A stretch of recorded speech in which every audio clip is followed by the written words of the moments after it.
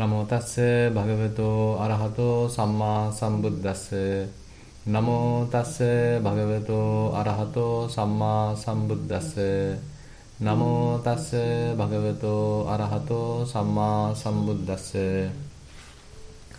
So as you all can remember, we were discussing Alagaddupama Sutta, which is one of the very interesting suttas coming in the Majjhima Nikaya, where Buddha give a detailed account of certain aspects, where how certain wrong views can arise in one's mind, and again questioning monks, because the teaching has come through the recitation or from oral tradition. So Buddha is making sure that monks are maintaining the correct form and there is nothing was misunderstood.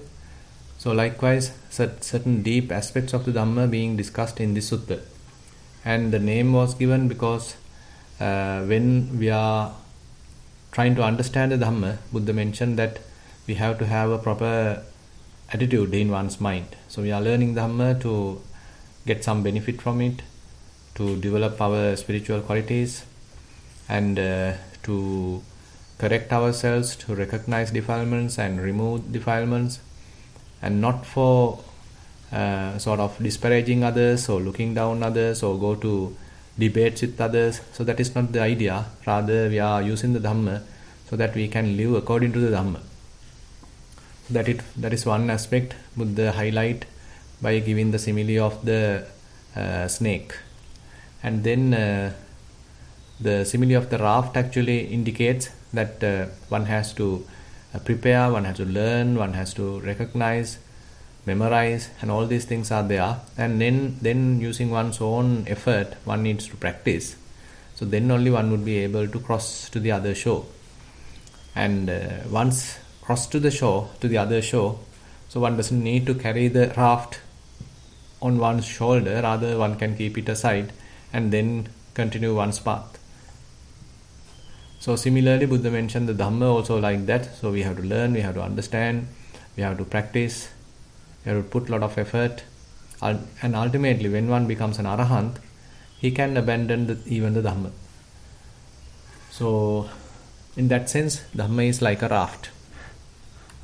And Buddha mentioned about certain other aspects like the how certain wrong, pernicious views can arise in one's mind. So what are the reasons for that? So that was discussed. And then certain aspects of the Arahant that we have discussed last week. So why he is called a person who has a crossbar has been lifted, and then how trench has been filled, and then how pillar has been uprooted, and then how whose banner is lowered. Now these are very interesting ways, using various similes, the mindset of the Arahant, how Buddha has explained.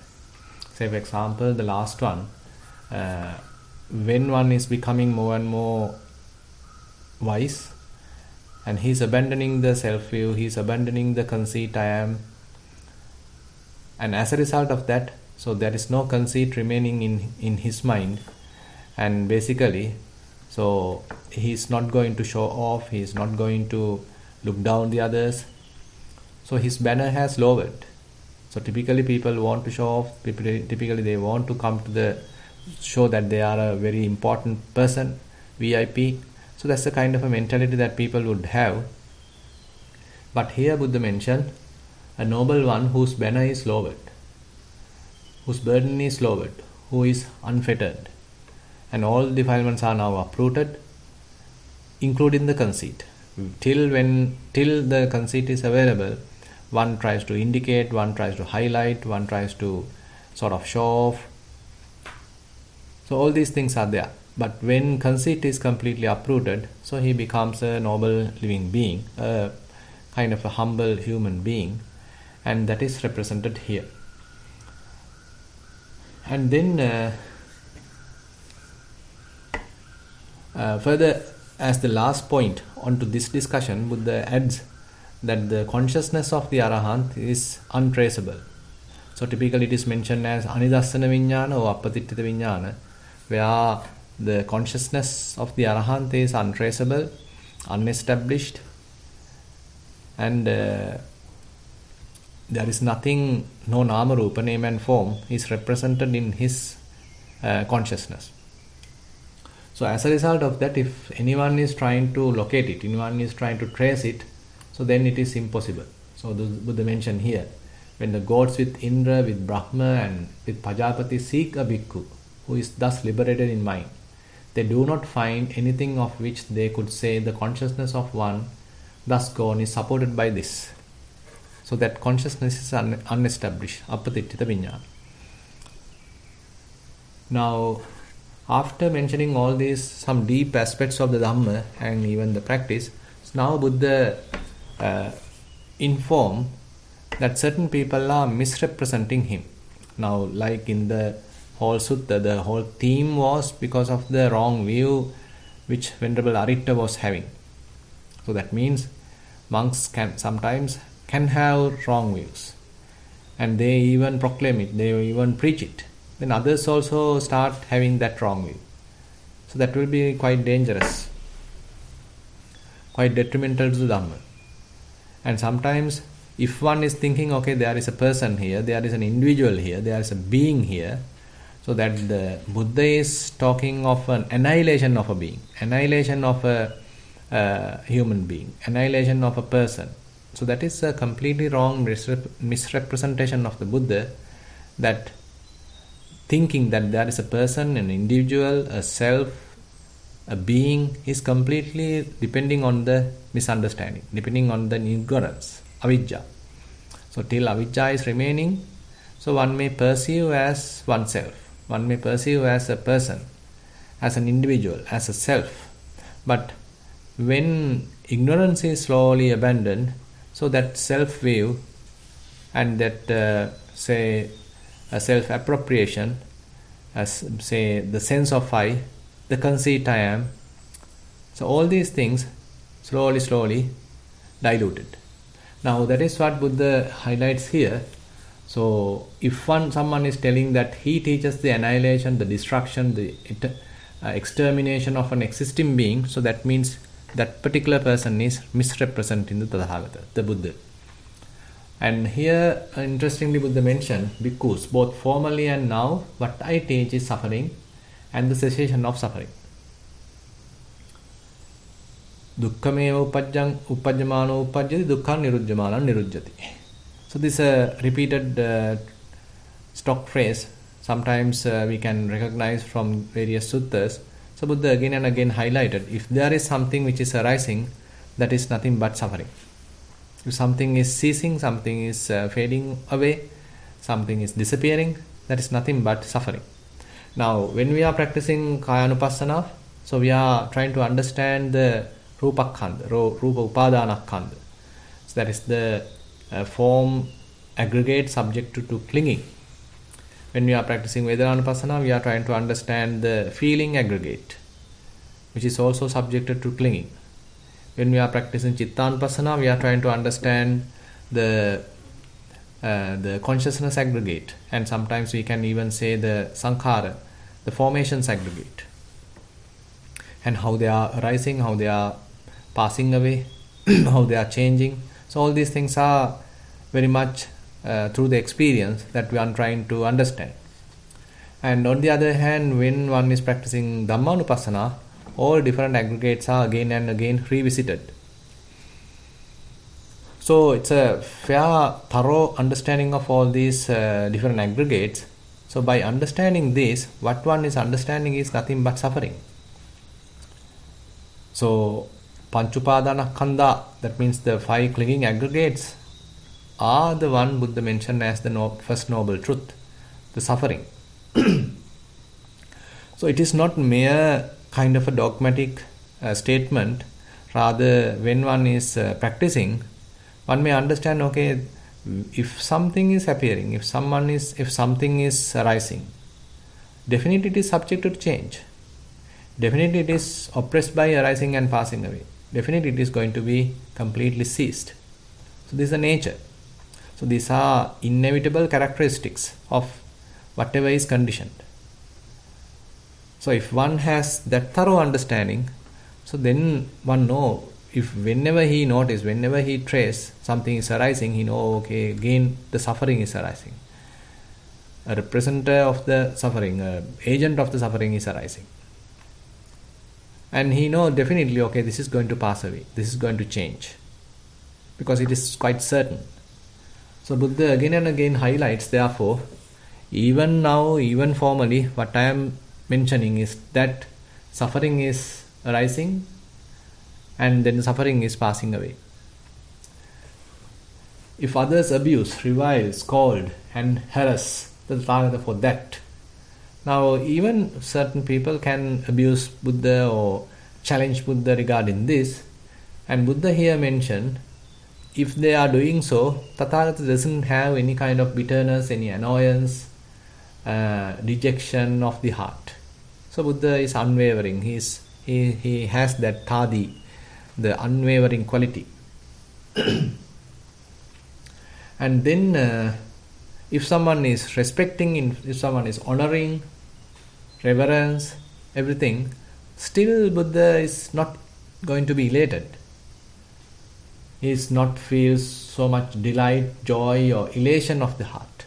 So he remains in the middle. He remains calm, quiet, peaceful. And on the other hand, Buddha mentioned, so what they are respecting, what they are venerating, or what they are abusing is to these five clinging aggregates, so which I have seen clearly. So what people can trace, what people can see is nothing but five aggregates. To that now they are venerating. Okay, you are so and so, you are a great teacher, you are so nice, you are wise, so you are completely a fool, you are completely ignorant. So likewise, when someone is abusing or praising, so that is how we are experiencing through our senses. That is nothing but the five aggregates. So this is a very interesting and very profound argument. So when we are going through certain amount of praise or blame, if we can put this argument into the mind, then probably we may not take whatever the argument or whatever the abuse so individually or so personally. And here Buddha highlights that also to the monks, and he highlights, therefore bhikkhus, if others abuse, revile, scold and harass you, on that account you should not entertain any annoyance, bitterness or dejection of the heart. Now the same thing which Buddha mentioned about himself, now he is advising to the monks, and Buddha asked them also to behave in the same manner. And he again mentioned as the last, they perform such services as they are for us in regard to this which is earlier was fully understood. Now they have completely understood about the five aggregates, maybe through the Satipatthana, and to that what I have understood, now they are giving a lot of praising or they are putting a lot of blames, abusing, etc. But I have understood it. This is a very interesting way of how one is using the Vipassana knowledges to safeguard oneself or to maintain an unwavering mind. So immediately it is not that one is trying to practice Vipassana there, rather one is reminding oneself, I have fully penetrated these five aggregates, I have fully comprehended these five aggregates, I have done some practice. So there is no person here, there is no being here, these are mere aggregates. So then why should I worry? Then why should I take those things so personally? So this is a very interesting way of convincing oneself, challenging oneself, if in case the self-view is arising, in case the conceit I am is arising in oneself. Now again Buddha has further highlighted that, mentioning to the monks that these things are not yours. The five clinging aggregates are not yours. So you have mistakenly grasped them. Therefore, bhikkhus, whatever is not yours, abandon it. When you have abandoned it, that will lead to your welfare, happiness for a long time. And what is not yours? So that is the material aggregate. That is the feeling aggregate. That is the perception aggregate. that is the formations aggregate, and that is the consciousness aggregate. Now actually here the terms are going more towards the aggregates. So all these different aggregates Buddha mentioned is not yours, so abandon them. So how to abandon? So that is also very interesting. Now when we are talking about the Dhamma, so we can simply superficially think, okay, Buddha is asking to abandon, just relinquish. So I am going to relinquish. But still mind go and grasp, mind go and hold. Still I feel I am. Still I feel there is a person within me. There's an individual who is quite very important, who is better than the others. So likewise we still have the personality view. We still have the conceit I am. How to abandon that? So that is again and again continuing in one's practice. So probably you can remember, I think I have mentioned in the Khemaka Sutta. So Venerable Khemaka highlights, even when one is not recognizing any of these aggregates as a person, as an individual, as a being, still the sense of I am can be available till one becomes an arahant. So because this conceit I am is very deeply rooted, so again and again one has to look at it, investigate it, recognize when it is arising. So it's a long-term process. So one can become a Sotapanna, Sakadagami, all these lower levels. Still the conceit I am is available. Even on that levels, one does not immediately recognize the form aggregates as me, myself. Feeling aggregates as me, myself. Perceptions aggregate as me, myself. Or say consciousness aggregate as myself. But still the sense of I am can happen. So that is in a way quite challenging. And then so Buddha highlights that, informing the monks that whatever is not yours, don't attach to that. Because what do you think? If people carried off the grass, sticks, branches and leaves in this Jeta grove, or burned them, or did what they liked with them, would you think people are carrying us off or burning us or doing what they like with us? Now this is another way of Buddha mentioning the non-self. Now he is asking, now you are surrounded by various grass, trees, etc. in this monastery. So someone is coming and cutting a tree. Someone is extracting certain grass. Do you feel that they are extracting me? They are cutting me? They are harming me? They are harming myself? So then monks are answering, no, Venerable Sir. Why not? Because that is neither ourself nor what belongs to ourselves. So one very well know, okay, this grass is not me. This grass available in the Jetavana monastery is not me. This grass available at Nissarana is not me. This tree is available at Nissarana is not me. Okay, in yourself you can recognize, okay, this bed is not me. This table is not me. This cup is not me. This laptop is not me. So likewise, if we can recognize, okay, none of these belong to me. None of these are myself. But typically what happens is we have kind of a possessive attitude.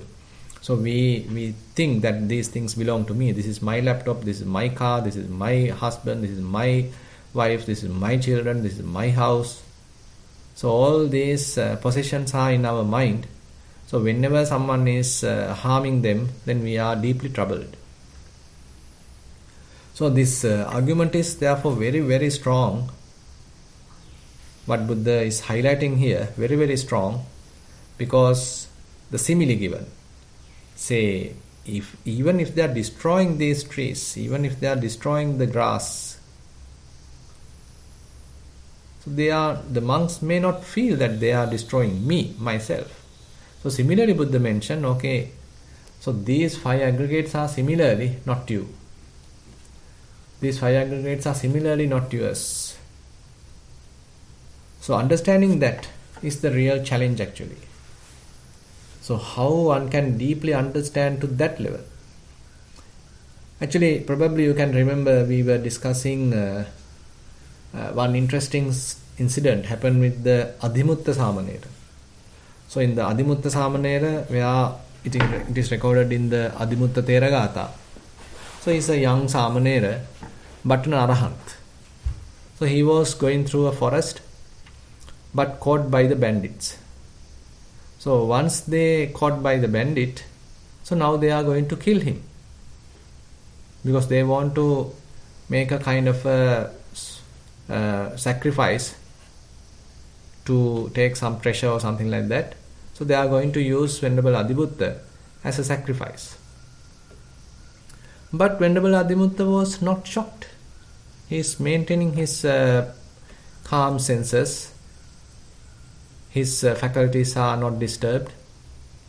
And he is with a pleasant mood. Even though now they are going to kill, he still is with a smile. That's quite interesting. So when others are going through such situation, they are screaming, they are pleading, they are trying to escape. All these struggles are there.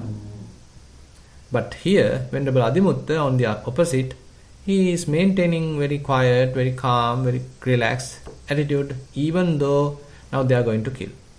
Now this was a question to the man, to the head thief, and he is asking how you are doing this. And they are very interested in the same type of argument Venerable Adhimutta also informing. And he is saying, Tinakatta samang lokang yada panyaya passati. So I am looking at this whole world as like grass and sticks. Nothing else. There is no person here. There is no being here. There is nothing substantial here. So I am looking at the whole thing. I am perceiving like that. So these five aggregates are like that. And sankhara vibhavissanti. All these formations are coming and going. They are rising and passing away. And they doesn't belong to me. So when one see that now things as mere sankhara, mere formations, and one is not adding to that, one is not preparing further, one is not fabricating further, so then they become mere fabrications, or rather mere sankhara. Whatever rising, now you are not fabricating, you are not adding your stuff, you are not adding your likes and dislikes onto it. So they may come and they may go by their own, they may happen due to their own causes and conditions, and they may simply pass away. So when one is looking at that, looking in that way, so there is no any kind of grasping, there is no any delusion. Now he is completely free. His mind is not burdened. And when that is said, so these people were quite shocked. So what a kind of understanding this person is having. So it's very interesting actually. So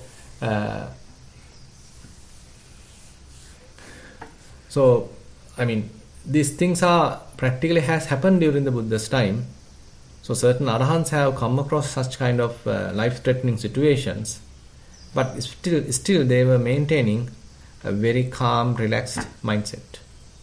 Now in this Dhamma, the Dhamma well proclaimed by me, thus is clear, open, evident and free of patchwork. Now it is a very complete Dhamma. So Buddha's teaching, when one start practicing, now the whole thing become well connected.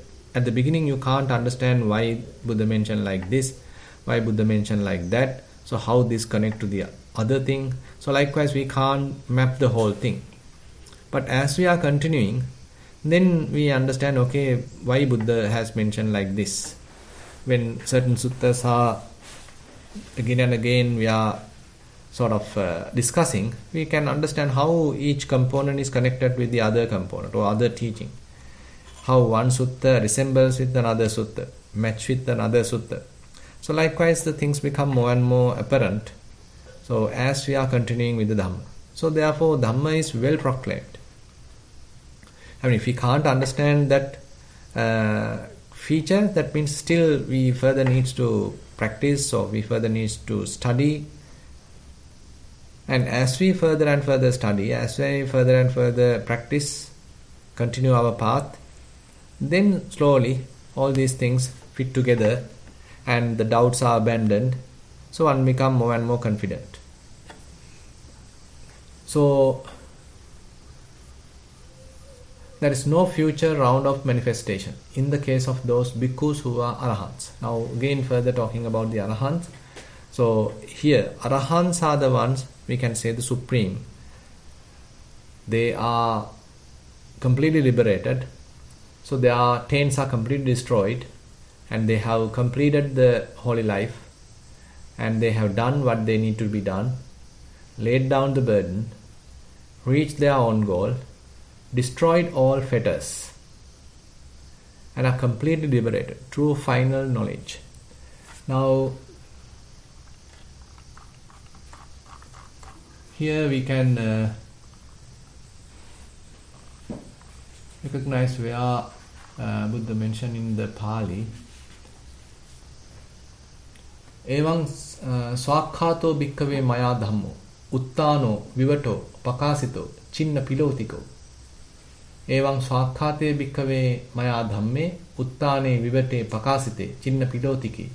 Yete bhikkhu arahanto khīnāsava usitavanto kata karaniya ohita bhara anupatta sadattha parikkīna bhava samyojana sammadanya vimutta vattang tesang natti panyapana.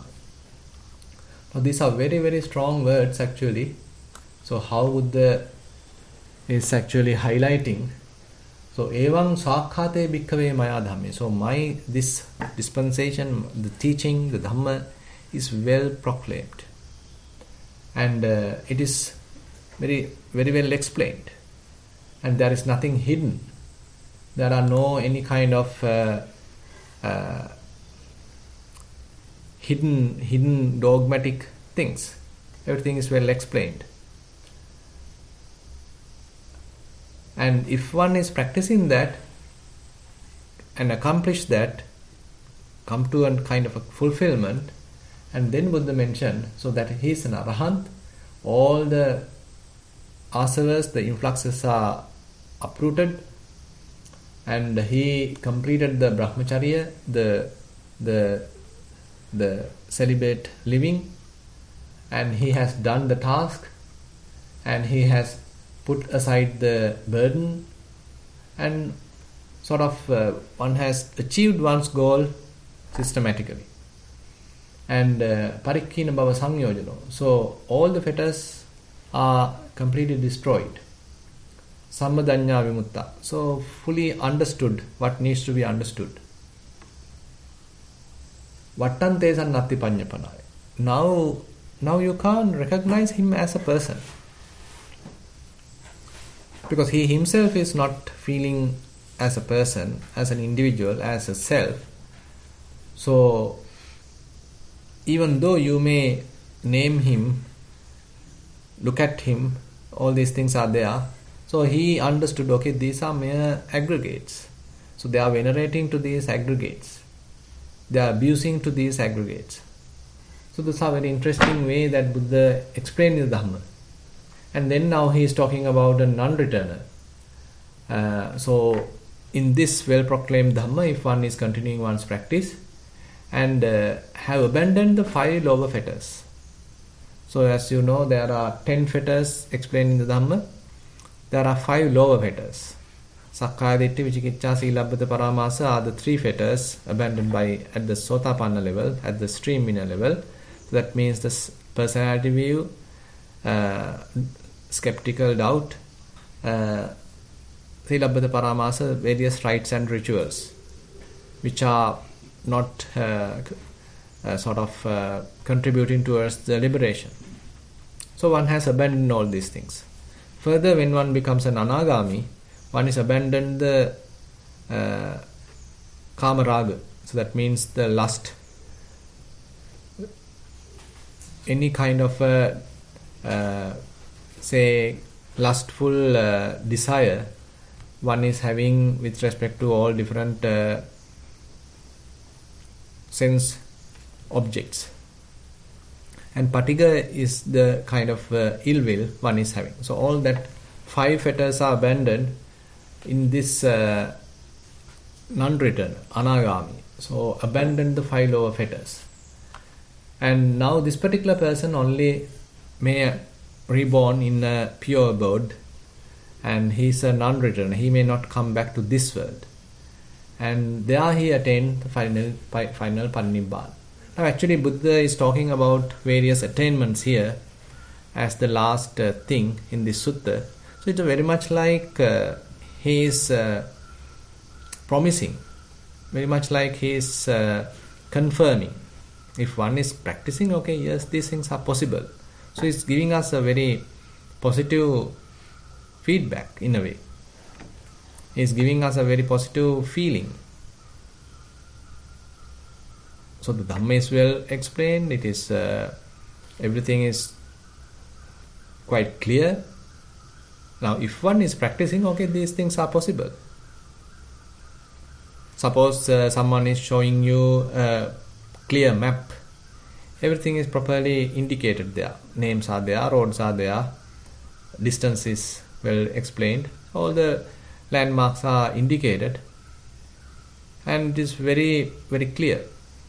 And he is telling, okay, I have used this particular map, I have achieved it. So you too can use this map and go to that particular place. So now if one is continuing in that path according to that map, so one may come across certain milestones, certain landmarks.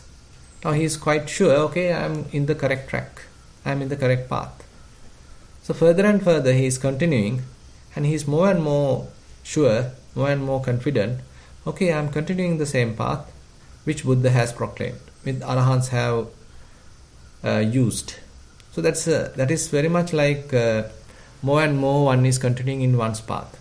At the beginning, actually, we can't really understand what we are doing, and we are simply meditating where we are going, and there are various doubts, and certain monks are telling one thing, certain other monks are telling another thing, one book is telling one thing, another book is telling another thing. So likewise, things are sometimes confusing, and you yourself don't have much understanding, and you are not confident about what you are doing. So you are going to various teachers, you are reading so many books, because we are not sure what we are doing, we are not sure what is right. But as we are continuing further and further, so those doubts become less and less, and you become more and more confident of your own practice. It is not that someone's practice, rather your own practice is giving you a lot of confidence, and it is giving you a lot of peacefulness to the mind. So mind become more and more clear, less and less doubts, less and less proliferation, and you feel quite peaceful. So then you are confident, yes, the path is correct, I am heading towards the proper path. So likewise, now he is talking about the third level. Abandoned 3 fetters are all stream enterers. No, actually before that, the Sakadagami, so there he has very much completely abandoned the 3 fetters and attenuated lust and hate. In the Sakadagami level, nothing has abandoned in the sense of when compared to the previous one. At the stream inner level, 3 fetters are abandoned. At the Sakadagami level, another 2 fetters are somewhat attenuated, diluted. And the stream inner level, 3 fetters are abandoned. So, but he is still continuing the path, he is still continuing his practice, he is further restraining himself, and he no longer subject to perdition, and he is bound for deliverance and headed towards the enlightenment, headed towards Nibbana. He is quite sure about it. And now he is talking the other 2. They are the Dhamma followers and the faith followers. Dhamma followers, Dhammanusari. Faith followers, the Saddhanusari. Now here actually, now as you know, when you are practicing the Dhamma, when you start practicing meditation, so at the early stage, so you are in a kind of a struggle where your mind is scattered and there is no mindfulness and there is no any kind of samadhi or wisdom, so it's very difficult. But as you continue, now you have certain amount of mindfulness, now you have certain amount of samadhi, now you have certain amount of wisdom. Now suppose you are continuing the path, now you recognize, okay, now mindfulness is available, so this is mindfulness. Now concentration is also available. Now I sometimes have a very peaceful state of mind, no any kind of distraction. Mind is very, very peaceful. Sometimes even go to a kind of a blissful state. Sometimes mind is very one-pointed. So all these qualities now you distinctly recognize. Okay, this is samadhi. This is concentration. This is the collectedness of the mind. And sometimes you are quite effortful. I want to do it. You have kind of an unwavering effort. So you recognize the quality of effort in your mind. And Saddha. And the faith. And you are quite confident, yes, Buddha has proclaimed the Dhamma properly and his path is correct. I need to practice further. So likewise, a lot of faith is there, your confidence is there. You are trusting the Buddha, you are trusting the Dhamma, you are trusting the Noble Sangha. So that faith that you understand happening within you. And sometimes your mind has certain amount of penetrative knowledge. So on that day, even the other tasks you can do quite quickly because mind is very sharp. So others can't see the solution, but you can immediately understand the solution. So at that time you understand, okay, my mind has a certain skill developed. This is wisdom. So likewise, in our mind, so these 5 spiritual faculties are to be developed. And when those faculties are being developed, now you recognize distinctly, okay, this is wisdom, this is concentration, this is faith, this is effort, this is mindfulness. So likewise, distinctly you can recognize these faculties. So very much like at that level one can say one is a Dhammanusari, Saddhanusari. Where the faculties are fairly developed, but you are not yet a stream winner. Not yet a stream winner, but faculties are distinctly understandable, recognizable. So that is, one can say, okay, now you have achieved to some level of Dhammanusari, Saddhanusari. So those bhikkhus who are Dhamma followers or faith followers are all headed for enlightenment. So bhikkhus, the Dhamma will proclaim, in the Dhamma will, those who have sufficient faith in me, sufficient love for me, are all headed for heaven. That is the last one actually Buddha mentioned here. So actually it's from Dhammanusari. So in the Dhammanusari one actually is more continuing the path, keeping the wisdom faculty as his governing factor. Now among the 5 faculties, different faculties can come forward. They can play the leading role. Now in a Dhammanusari character, which plays the leading role is the wisdom. So he is headed by the wisdom. He is investigating, he is trying to understand, he is certain exploring. So he is again and again continuing the path because he has that kind of a curiosity. He has that kind of investigative attitude. He wants to explore. He wants to understand. He wants to comprehend. He wants to fully comprehend. So that is the one giving him a lot of fuel, encouragement. On the other hand, the faith follower, so he has a lot of faith. He has a lot of faith towards the Buddha, a lot of faith towards the Dhamma, a lot of faith towards the Sangha. So he is quite sure, I am going to do it. Buddha is the Buddha. So he is fully enlightened. I have no doubt about it. Dhamma is well proclaimed. I have no doubt about it. Sangha has these noble qualities. I have no doubt about it. So likewise he is continuing the path with very heartfelt faith. And he's more, sometimes can be even emotional, little bit of that kind of component may be there. He's a faith character. And with a lot of encouragement coming through his own heart, he's continuing the path. He's the faith follower. And they are the ones ultimately become Sotapanna, stream winner, where the three fetters are completely abandoned. So Buddha mentioned here, the faith follower and the Dhamma follower, they both are headed for enlightenment. So they all are continuing towards the enlightenment. This stream winner, on the other hand, he is quite confident. He is very much now incapable of coming back. So even without the help of another person, he can achieve. He can fulfill the task. Faith follower, Dhamma follower, they are still continuing. They are further and further practicing. They are maybe associating Kalyana Mittas, studying, and all these things are there. So they are like, learning, further and further learning, continuing. So all these things are there. And ultimately Buddha mentioned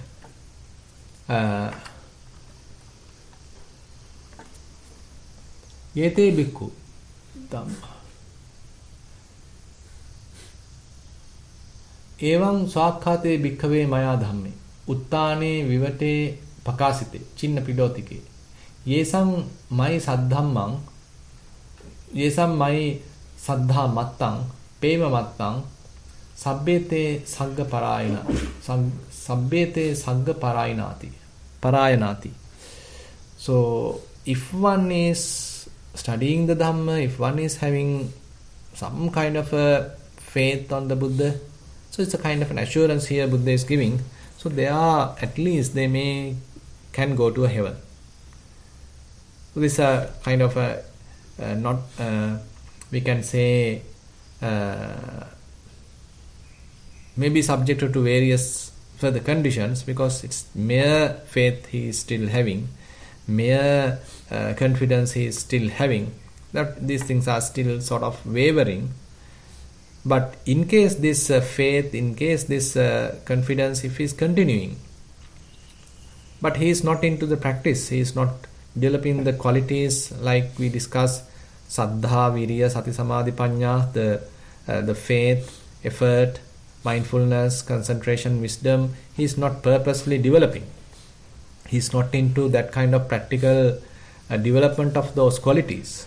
But he has some faith on the Buddha. He has kind of a love towards the Buddha.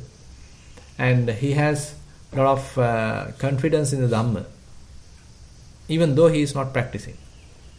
Now these people, again Buddha mentioned, are headed towards the heaven. You can't assure by the way that they are going to be a Sotapanna or something like that. I mean, if they are continuing, if they are start practicing, then of course there's a potential, there's a possibility. Now they can become a Saddhanusari, they can become a Dhammanusari, then they can become a Sotapanna, then they can become a Sakadagami, then one can become Anagami, and ultimately one can become an Arahant. So this is how we are starting. So we still, we hear the Dhamma, we hear the teaching, and then we have certain kind of respect towards the Buddha, respect towards the Dhamma, respect towards the Sangha. Now we ourselves start a little bit of investigating, we ourselves start a little bit of studying the Dhamma, and we are listening to Dhamma teachings, Dhamma talks. So slowly, then we feel, yes, I need to practice. We feel that I need to put myself into the practice. I need to practically experience this. Now you are slowly, practically trying to develop those spiritual faculties. So when you are continuing that, you come to a level, okay, distinctly you are capable of understanding these spiritual qualities, faculties. At that level, as I said, you can define, okay, very much like in the Dhammanusari level or Saddhanusari level. So likewise, these stages are explained in this Sutta. So that ends the Sutta, and with that I like to conclude today's Dhamma sermon and this series. which we have conducted with related to this Alagaddupama Sutta. And thank you very much for participation. And again, I like to have a small announcement. For several weeks, I won't be able to conduct the session because I am participating some retreats in Australia. So maybe actually on 5th, 12th, 19th, 28th. So that means 4 weeks this session has to be cancelled. If Jennifer probably you can repeat something during the same time. Jennifer, if you like, you can do that. You can play a recorded sutta for those 4 weeks. That's up to you. Okay. Bante, you said, can you repeat the dates again? Yeah, the whole April month of April. Oh, okay. Consecutive. Yeah. Okay. So I think it is good if you can, we can select 4 sermons. Sometimes I have delivered 4 sermons on a particular theme, or you can select 2 or 1 3 or whatever the way, so that complete topic is covered during this month. Because I think we were continuing for about a couple of years now. Probably you can take something which you have discussed some time back. So the others who are new participants can also hear that. Yeah, sure, Bante. Probably we can. I also can help. What would be the most, say, a suitable topic, something like that. I can give you some selections. Okay. Yeah. So if you have any question with respect to today's Dhamma sermon, and then I like to open the session for discussion. Yeah. So we have a question from our side. Yeah. Yes, Bhante, thank you for your teaching. I was wondering, I've had this curiosity before, is that the Buddha has talked about when he was enlightened, he saw his past lives, and there's often reference to such past lives of the Buddha. And then in this sutta it says, such as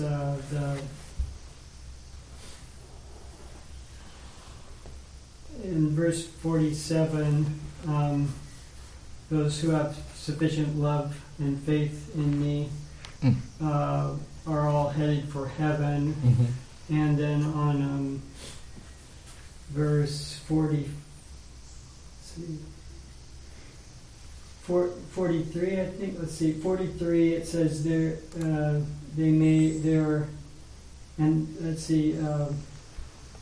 who have abandoned the 5 lower fetters and are all due to reappear spontaneously in the pure abodes, Mm-hmm. and there attain a final nibbana without ever returning to this world. Yeah. So there's continually these references to those who will return to this world and attain nibbana and so forth. Mm-hmm. So it seems to be suggesting that there is rebirth, Mm-hmm. and that seems contrary to the Buddha's teaching that that there isn't a future life, that we are actually there's. So the question is, like, what happens when we die? Well, apparently he's saying that, well, we'll be reborn again in some other realm. Yeah. Thing is this. Now, even though there is no person here, but still we still have the ignorance. So till ignorance is available, so the rebirth process can happen. So that's another completely different, teaching that we are talking here now. So how rebirth going to happen? So the kind of the momentum is within us. So there's a kind of a momentum. So we are again and again, we have this what you call tanha, bhava tanha. We are yearning towards a future event. So mind has that kind of an inclination. So and again mind has certain amount of ignorance that there is a person here. I am here. So I can't die. I want to live. I want to continue my life. So that kind of a feeling we have, perception we have. So even at the death, so that momentum is still available. So you are abandoning the body here, body may perish, but that momentum continues. I mean, all these are but rising and passing away. So don't take it as a existing, continuing, everlasting self or any kind of substance. But continuation can happen in a rising and passing away level. So from one instance to the other instance, the momentum is carried forward. Then from that instance to the next instance, the momentum is carried forward. So likewise. Say a runner is running, for example. So the momentum, the speed that he has built up, now he is using even at the next moment. So that momentum he is building up again and again, further and further. So his speed, momentum is building up. Now when he is continuing the run, so that momentum is the one continuing, pushing him further and further. So likewise, Buddha mentioned, so Viññānam bījaṃ kammam kettaṃ tanhā sineho. So Viññāna, the consciousness which is arising and passing away, so that becomes the kind of the seed. And you have fair amount of kamma which are capable of giving you fruits. And still you have the craving, which is very much like moisturizing the whole thing. And that is enough for further rebirth. Okay, but you don't think that it's because maybe it's a problem with language, because when it says this person, it is not a person here, but it seems to be saying person. Those who are following, who are loving me, and I mean it's giving kind of a personality view. They see sufficient love for me, all are headed for heaven. So it seems to be saying those people. Person. Yes. The thing is that is a language. Okay. So it's very difficult to explain everything in terms of the very accurate, very precise terms. But here, I mean, there's a kind of common terminology Bhikkhu Bodhi has used here. So you are talking about a particular person. He is a person who has practiced like this. Yes. Now he passed away and he reappear in the heaven. So you feel like the same person, now he is reappearing, and so it's giving a wrong connotation, wrong feeling. Yeah, for those people that are faithful, they would say, that's very good, I am going to continue. So sort of an obstacle right there. Right? But I mean, if you go deeper and you analyze, and then you understand, I mean, that is what the vipassana, no? So what we have discussed so far in the previous chapters, previous paragraphs, that is what Buddha again and again asking. So is this five aggregates me or myself or something like that? So then monks are answering, no, I mean this is not possible to say as me or myself. There is nothing substantial. So that is well explained. But in the last few sentences, the way that the thing were translated, giving a wrong type of thing. Yes. I've heard other Buddhist teachers saying that this was because, actually this was a teacher who was a scholar in Pali and Buddhist teachings, the three baskets. Mm-hmm. He thinks that was the Buddha's way of skillfully explaining to people of that time who believed in a reincarnation. And so this teacher thought that it was not good for us now, because he seemed to be saying that, he was saying that, it's just this life we have to practice with. There aren't any future lives. We have to do whatever we're going to do with this life, and to think that it's sort of like an eternalist view that this gets put into this. You see what I'm saying? It's no, we can't come to immediately thinking that only this life is available and we are going to completely perish after this. Then we are coming to the Uchedavada, annihilation. But the Buddha didn't teach annihilation or eternalism. Exactly. And he was I'm just. That's what I'm just suggesting. This teacher thought that perhaps that the Buddha was using the idea of soul and self as reoccurring in the future. Like no, not at all. Not at all. Okay. It's completely wrong. Okay. Because if Buddha is talking about a soul, a self, so that is completely contradicting to what we have discussed so far. Yeah, but he is saying those who have follow me will be appear. No, that is simply the terms, simply the words. Okay. It doesn't say that there's a person, there's an individual, there is a soul here.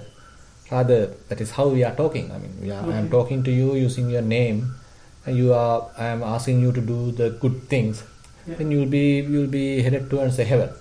So that is how I have to tell you. There is no other way. I can't say, okay, I'll ask your material body to do this, and then your perceptions are like this. You may get these feelings, and you have to prepare your mind like this, prepare these formations like this. Then you have to use your faculties like this. It's very difficult to communicate like that. Yes. Then simply I am saying, okay, Venerable Dhammavijita, just this is how you need to practice, this is how you need to continue, and then you will be reborn in the heaven. So it is very easy to encourage you. And I also heard from a Thai teacher from the Thai tradition. They're explaining that there is a rebirth, and it sounds more like what you're talking about of this, the continuation of our karma and our craving. If that's still not extinct, then it continues into a new. But they're actually saying it goes into the womb of a new life and continued. Is this more in that line? Yeah. So it's more like pollen being transferred from a bee to a flower.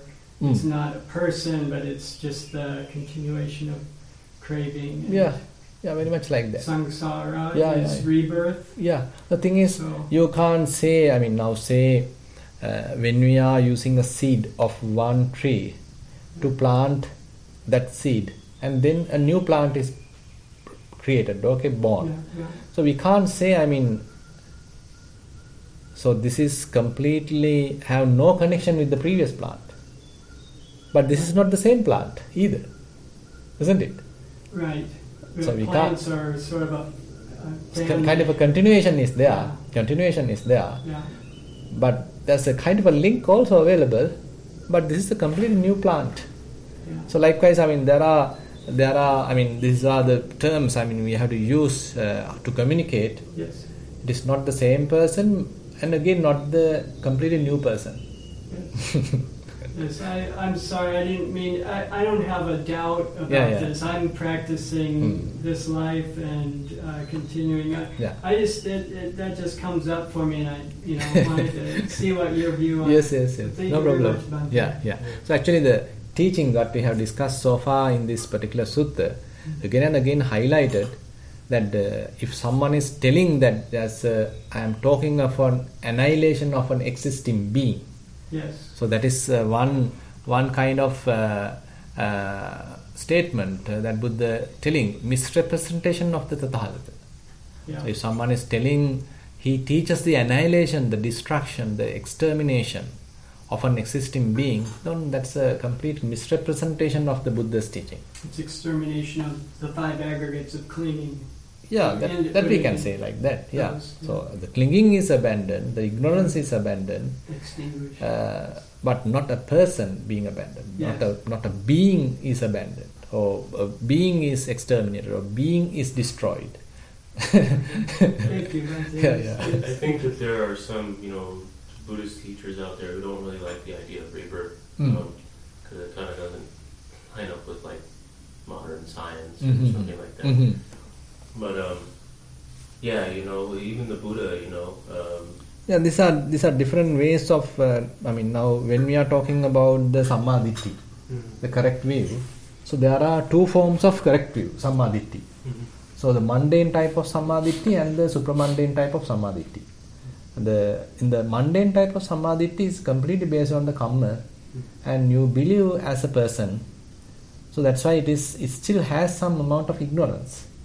Sasava, Punya Bhagya, Upadivepakka. So that is the few terms representing Dhamma. Sasava means still some fetters are there, still some influxes are there. This is mundane right view. Mundane right Okay, view. okay, yeah. Punya Bhagya. And you do, as a good person, you are doing, say, telling the correct thing, you are preaching Dhamma, or you are giving dana, and you are helping others as a good being, as a good person. I am so and so, I am doing good things. But you are doing good things. So those are subjected to some amount of giving you good fruits in the future. If you are doing good, you are getting the good results. So based upon that principle, the karma, sasava, punya bhagya, upadivepakka. So you are receiving the merit, you are receiving the fruits. But on the other hand, when you are talking about the supramundane samaditi, right view, there Buddha mentioned Ariya, Lokuttara, Magganga, Ariya, Anasava, Lokuttara, Magganga. Ariya, so it's completely noble, Anasava, completely free from any kind of influxes. Lokuttara, it is supramundane, and it is a path factor. So there you are even recognizing how eye-making, mind-making can happen. So internally, how the sense of I am is arising when you are conducting certain amount of task. But in the previous case, you may be even encouraging that. You want to again and again enjoy that. You are rejoicing about what you have done as a person. I did this task, I am the one doing that. So likewise, that is in the mundane side. But here in the supramundane side, you are kind of penetrating even that self-view. Yeah. I think also if rebirth wasn't a central core theme or teaching in the Buddha's teachings, I don't know if this is right, but perhaps some people, they wouldn't even feel the need to kind of change their mind, because if you just die at death, it's like you have that is true. have no need to worry about anything. Exactly. You just die. So that's right. I mean, if you are prematurely thinking there is no self here, then it is. You are going to in a kind of even can be going through a wrong view, because if that is no person, then why worry? I can do whatever I like. Yeah, if there's no consequences, if there's Yeah, no I mean, rebirth, you are not believing in die at consequences. death, Yeah. it's like I'm not. Some people may just be like, why do I need to change my mind? I can just do whatever I do. Exactly. So why I bother if there is no person here? So people are arguing even like that. So they are even arguing like that. So that's why when we are discussing Dhamma, so these higher teachings you can grasp or you can understand when you come to a certain level of understanding. So prematurely applying this teaching to the person who is still having this lot of ignorance and craving and all these things, and if he try to apply that teaching to himself, not going to work. Then it's a kind of misrepresentation. Now say, for example, he is with a lot of ignorance, lot of conceit, say a lot of craving, and all these defilements are there. And even though he says there is no person, if there is no person here, then why worry? I am going to kill you, I am going to whatever the thing I like. So like that he is behaving. But the point is, his ignorance is available, craving is available, that takes care of giving him the whole amount of repercussions, consequences. And mere statement is not enough. Mere statement, say, is not enough. So we have to comprehend, we need to fully realize the thing. So we have to continue the path and then again and again realize how there is no person here, there is no being here. So likewise, so when one becomes such kind of a with such kind of penetrative knowledge, then it's a different case. Then probably he can further understand, even though still I have sense of I am, still I am sure there is no person here. Still, due to some ignorance within me, I is there. Sense of I is there. So that's what we discuss. That's what discussed by the Venerable Khemaka.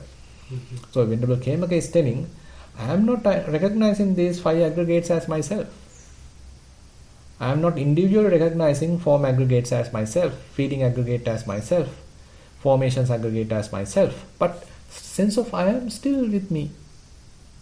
Then how to overcome that? Practice. again and again, further and further practicing, then further and further that sense of I am, the conceit I am, is also abandoned. It's like a gradual fading away. Gradual fading away. Exactly.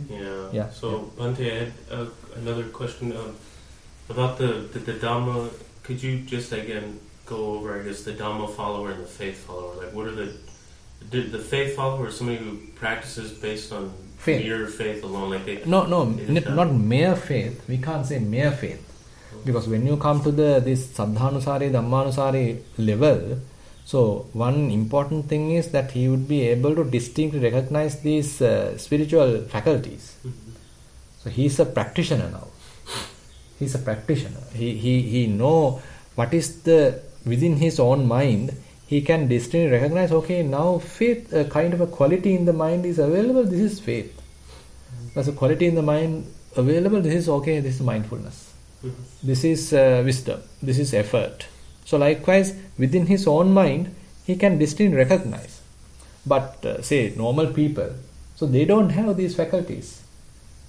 Right? I mean, they may have say ignorance or whatever we can say, kamachanda, vyapada, so they have the defilements, they have the kind of hindrances. But instead of hindrances, now this person has faculties in his mind. He is developing purposely these faculties. And he can recognize, okay, what is faith? What is effort? What is mindfulness? What is concentration? What is wisdom? He can recognize. And among these five, the faith follower is leading by the faith. Dhamma follower is headed by the wisdom. Okay, so the faith follower has more faith is like their strongest kind of quality. Exactly. Whereas the Dhamma follower, the wisdom is their strongest quality. Okay. Yeah, that's the point. Okay, thank you, Bhante. Yeah. Okay, that's the end of questions from our side, Jennifer. Okay, thank you, Bhante. There was one question that was submitted in advance. It says, with respect, Bhante, generally we're told to disregard samatha inclination and pretty dry vipassana is encouraged. Why? Late Venerable Jnana Rama was supportive of samatha, including jhana. I have no doubt that deep experience of rupa jhana or arupa ayatana can strongly boost insight. Personally, while I feel that I'm taught to skillfully walk on one leg, while actually there's a second leg. This is a simile, Bhante. I wish I could use both legs. Hatha and vipassana. Please comment, Bhante. Yeah. So, I mean, it's time to time you can practice both. So, it depends on the individual. So, I mean, say sometimes we can't immediately practice vipassana. On such situations, it is good to practice certain amount of samatha. So, that's why, say, if you are practicing buddhanusati, if you are practicing metta, if you are practicing asubha, maranasati, or whatever the some say enjoyable type of samatha practices. So, those are time to time you can use depending on the situation of the mind. But later definitely you need to switch to vipassana. So even when you are doing vipassana, sometimes, as you mentioned, sometimes your mind can become very dry, so not having enough encouragement. So at that time you can switch back to samatha and you can further give a little bit of an upliftment, kind of a boost to the mind. So that is well explained in the Bhikkhunupassaya Sutta. So Buddha used the terms like Panidhaya Bhavana and Apanidhaya Bhavana. In the Panidhaya Bhavana is where you have a kind of a object, you have a kind of an intention, you have a wish, you have a kind of an aim. So that is the Panidhaya Bhavana. So you are practicing samatha meditation. The Apanidhaya Bhavana, so you are practicing kind of a more penetrative knowledge, Satipatthana and all these things. So that is where the Apanidhaya Bhavana. So Buddha mentioned, so while you are continuing Satipatthana practice, if you feel a little bit of dry, if you feel that you need certain kind of encouragement, you need to, very much like pat yourself and give a little bit of boost. You need to have a smile, you need to have a laugh. So all these things are necessary. It's a kind of a lubricant. So in order to do that, you can again switch back to samatha and practice a little bit of samatha and make yourself tranquil. Then you can again switch back to vipassana. So this is possible, no problem. Okay, thank you, Bhante. I'd like to invite Yatala for the first question. Thank you, Jennifer. Thank you, Bhante. My question was also discussed. It's difficult to understand. There is some problem at your side. Yeah, somewhat possible now. Is it like echoing or not clear? Kind of interruptions are there. Anyway, you continue. We'll try to pick it. Okay. But it's a question about the practitioner and the faith person. Yeah. In big sense, like I did understand the last reply you gave to the other Bhante. So Bhante, my question is, in a situation like that, the faith person, because we meet in the society so many of those for genuine reason they have no time or to practice. So my question would be, Bhante, for the faith person, at what time will the practice come? Or is it have they already practiced in their previous life, or is it when they reach into a higher level? Actually, it depends. It seems that if you are, say you may have a little bit of faith, you still are not having time to practice, so you can't assure what's going to happen. It's quite of very uncertain. That's why sometimes people have a lot of faith on the Buddha, but they are not really practicing for themselves. As I mentioned, distinctly recognizing the faculties, spiritual faculties in one's mind is something significant. They are still not Sotapanna even, but they can understand, okay, this is faith, this is wisdom, this is effort, this is mindfulness. So likewise, they have experienced these qualities for themselves, so they can recognize. So that is the level they can become Saddhanusari and Dhammanusari, any of these two.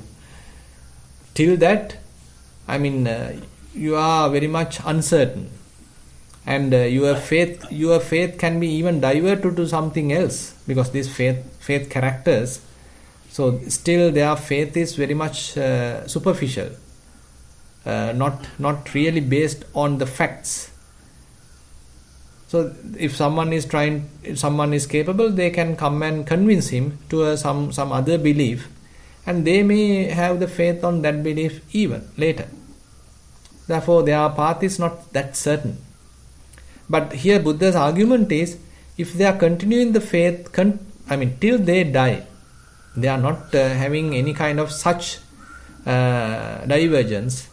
Rather, they continuously having the faith on the Buddha, continuously having the faith on the Dhamma, the Sangha, but not to the level of the faculties, but a kind of a mere faith is there, and they die with that. Sure, they may be reborn in the heaven. Right. And then based on the karmic results, they could be again born in another life or back as a human, and then somehow practice. Yeah, it can go up and down.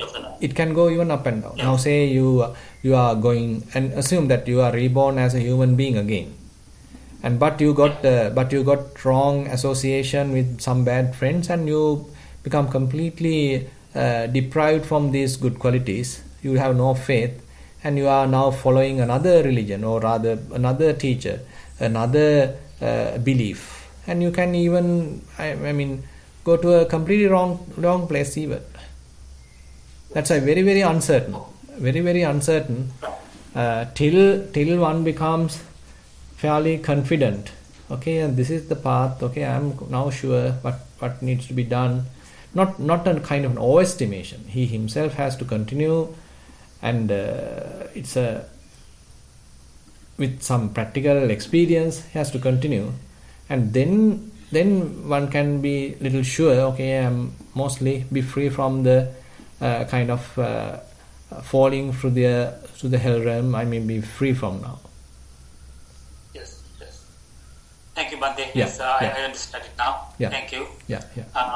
Bante, I'm looking forward to attend one of the retreats while you are in Australia. I'll meet you soon in this one. Okay. Thero Sannai. Sunday. Thank you.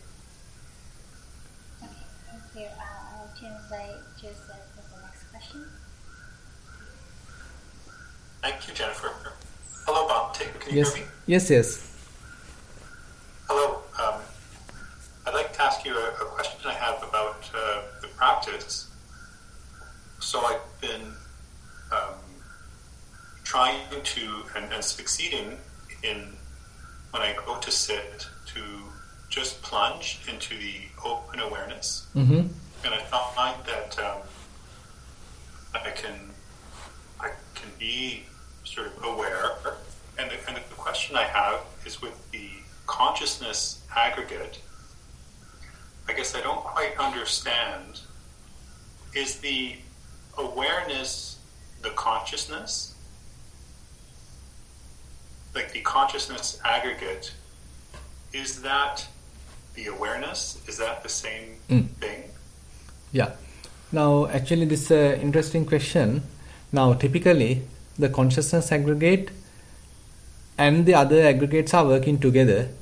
And in the typical clinging environment, say, consciousness aggregate either associate a form aggregate, either associate feelings aggregate, either associate perception aggregate, or either associate formations aggregate. For example, say you are looking at a flower and you are enjoying that, you are completely sort of attached to that, attracted to that. So that is where the consciousness aggregate is associating the form aggregate. Suppose you are going through some kind of an experience that is so blissful. I mean, you are feeling really happy, really elated. So that is where the consciousness aggregate is fairly trapped in the feeling aggregate. And suppose you are remembering certain past incident and you are taking one after the other various different episodes, different memories. So all these different images, mental images particularly, say happening in your mind are really interesting, really encouraging, and your mind is now fully enjoying those things. And you are now dealing with the perceptions aggregate. And suppose now you are thinking, various thoughts are coming one after the other, you are thinking about the past, the future, the present, various things, and etc. etc. Thinking is going on and on. Now you are very much enjoying the formations aggregate. Now this is the typical way of operation of the aggregates. So all these different levels, the consciousness aggregate is very much conditioned, very much associating, very much trapped in the cases. But here, through the vipassana, through the satipatthana practice, you are coming to a stage where you are having kind of an open awareness, where there is no any grasping. So mind is fairly free, fairly not associating any aggregates. Now say you are not particularly locating or positioning your attention onto a flower and you are not involving in that, you are not attached to that. Rather you may have a kind of a unestablished awareness surrounding the whole environment. So you can't say that you are attached or hooked up with the materiality aggregate or the form aggregate. Similarly, there are various feelings are coming and going, but I mean they are coming and going. You are not fully hooked up with them. You are not fully bound to them. Time to time, various perceptions may happen, various mental images are happening, so they are coming and going, and it is not a kind of an imprisoning of your consciousness to them either. Thoughts are also coming and going, but they are not really mastering the mind, they are not driving you. So very much like your mind is very clean, very clear, your mind is quite spacious. So at that level, so the consciousness is, we can't define in the previous way, rather consciousness is very much now trying to be unestablished. So it is, I mean, you can't say your attention, your focus is very much located on this particular object. Rather, it is objectless kind of an awareness. So the consciousness is operating in a different level at that level. So that is why when one is becoming an arahant, that is the complete fulfillment of this operation. That is where the Buddha mentioned, at that level your consciousness is completely unestablished. It is not trapped in any kind of name and form, and even if someone is trying to locate it, that's why the consciousness of one thus gone is supported by this. That's one can't say. It is not supported by anything. It is free. I think I understand. It's Yeah.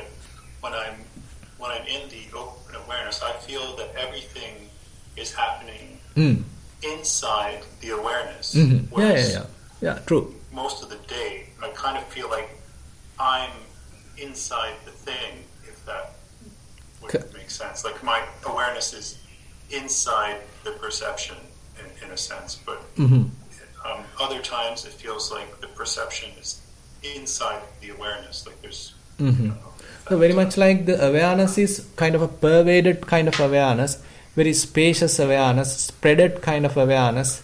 So that is what sometimes Buddha mentioned about, say, vimariyadi katena cetasa. So there are no boundaries. That's right. Yeah, no boundary to the consciousness. So here the awareness. So kind of a very light, very soft kind of awareness. There is no boundary to that. So that is very much the path Buddha is talking. So when he says consciousness is not I, That's so right. there, because in the awareness, in that open awareness, where I feel that the perceptions are inside the awareness, but the awareness is boundless. I guess it's not. It doesn't. It's tricky because in those moments, I will then try at times to explain. Like, how would I explain this? I find myself saying, how would I explain what is happening right now in this moment? And then I'm looking for this sense of I, like who is explaining this? Yeah. Who is taking note of this?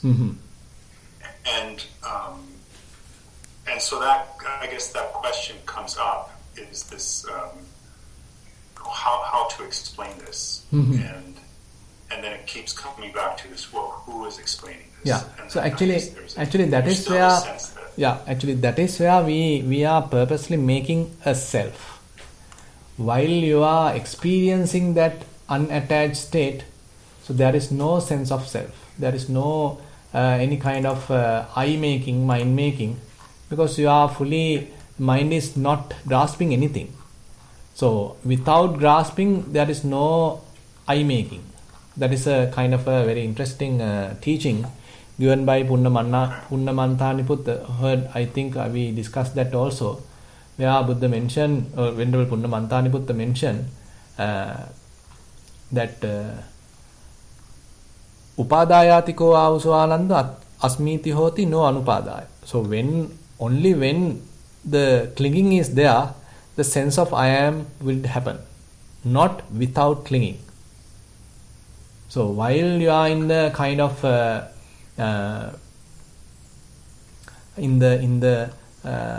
that open awareness, where the mind is not established anywhere, there is no grasping at all. So that means the kind of a personality you can't feel.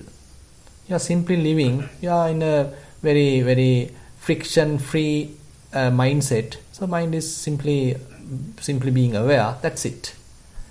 So I like to add here, Joseph, another interesting sutta, that is the Kalakarama Sutta, well explained in the Magic of the Mind book by Most Venerable Katukurunde Jnananda Mahathero.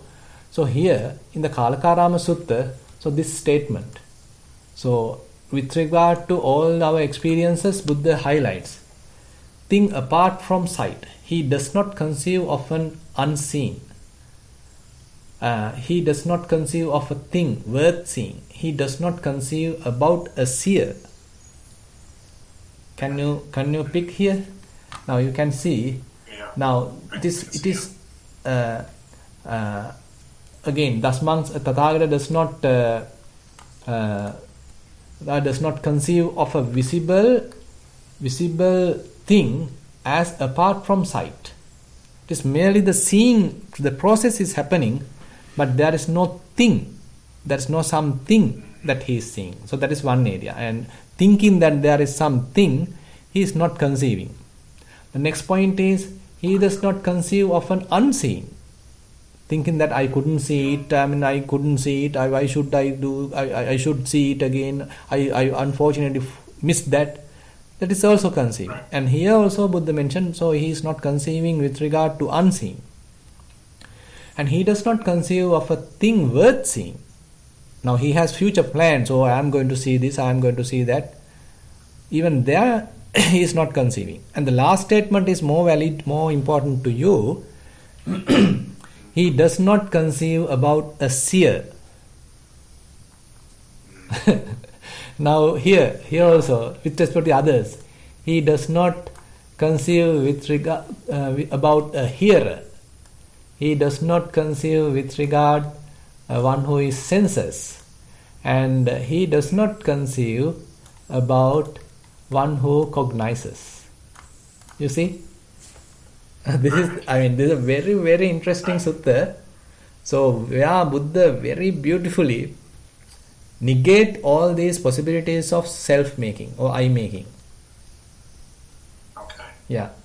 So it's really worth reading this Magic of the Mind book if you have Magic of the Mind. So Magic of the Mind.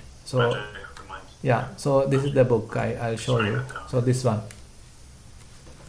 This book. Oh, Bhikkhu Bhikkhu Magic of the Mind. I need to do a screenshot there. Yeah. There's another book that talks on this, is No Boundary by No Ken Boundary. Wilber. Ken Wilber. I was just I love that book. Okay, yeah, because he speaks of that, because there's no seer, there's no seen, there's just seeing. Seeing, that's it. There's no boundary between Exactly. them. So the Kalakarama Sutta. So that in the Kalakarama Sutta, Buddha explained that very beautifully. So Venerable Jnanananda, very excellently, he is explaining this thing in the Magic of the Mind book. Yeah. Thank you very much, Bhante. Yeah. Thank you. Yeah. Thank you very much. Sure. Okay, Bhante. I have another written question here. Yeah. Respected Bhante, 1 year ago, my meditation kind of collapsed. Reporting didn't help. Now, recently, I was able to solve personal issues, which obviously have been burdening me more than I was aware. Thereafter, meditation immediately went back to normal as it was before it collapsed 1 year ago. Most Venerable Dhammajiva rejects general life reports, calls them cock and bull stories, but they can help understanding meditation problems. Life and meditation are not two split things. Why not integrating? We can't hear you, Jennifer. Last statement. They are not integrating. Yeah. Okay. Last statement. Oh yeah. Okay. So, the question is, so life and meditation are not integrating, or integrating what? they're not two split things. So why not integrate them? Yeah, definitely. They have to be integrated. So that's an interesting book, again written by Dr. Tinting, Living Meditation. So actually we translate that into Sinhala, Jivitema Bhavanavaki. So the original book is by Dr. Tinting, Living Meditation. So basically the life and life experiences are happening. We are all living, and time to time meditation can go up and down. but slowly you become more stable, you become more confident. So then only, you feel okay, fairly now the mind has become stable. Otherwise, up and downs are possible in our practice. I'd like to invite Chita Devi. Thank you, Jennifer. Now, Bhante, in this series, you spoke about the doer and just being. Mm-hmm. And what I just wanted to ask you was that when I'm meditating, sometimes I just very quickly go through those stages of what we used to do, looking at the breath and all this kind of thing. But those things go quite quickly, and when I come to a sort of a peaceful mind, I just don't do anything. I don't do the vipassana either. I just observe what is coming. Like if it's the breath, I just observe that, and if there is any vipassana there, I like arising and passing away, or if a feeling comes, like a pleasant feeling, it arises and passes away. What I'm trying to say is I just observe what comes. I don't do anything else. Mm-hmm. Would that be okay from your point of view? Yeah, that's okay, because you are in the present moment, you are experiencing what is happening, and you are fully aware, and you are not grasping. Yes, because earlier I used to go into the vipassana and see all these things and go into a deeper level, but I don't think that's necessary now, Bhante. Good, no problem. That's why more we become confident, more we are sure. So now mind is very much ready to give up or ready to let go without much effort. So previously mind still had the tendency to grasp, tendency to hold, tendency to proliferate. So those tendencies are still powerful. So therefore we need to further guide the mind, direct the mind. But later, now mind is somewhat confident, and they are simply coming and going. We don't have to struggle. Yes, and I don't think I need to. I don't know whether I'm doing correctly. That's why I'm asking you. I don't want to say, even say, this is impermanent or this is nonsense. No need. No need. It's just not necessary. Yes. So now it's like a very shortcut, because I don't have to do anything very much. Correct. I know that I'm quite mindful in the sense I start with the breath and it's very sharp, very.